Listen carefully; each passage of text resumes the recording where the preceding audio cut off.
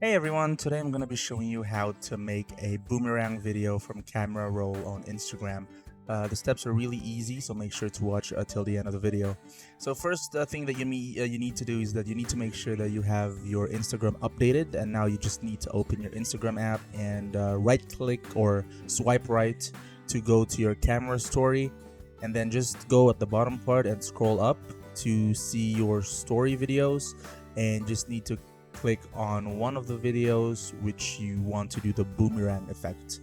So just click on a video, and from here we're just gonna have to click on the top right, the three dots from the top, and just select on boomerang.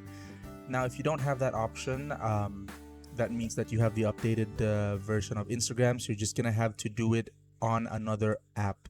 So you're just gonna have to go on your Play Store or App Store and search for Boomerang, and there's gonna be a lot of apps where you can actually edit the video as a boomerang video. So that's how easy it is, guys. Make sure to like and subscribe, and see you all in the next video.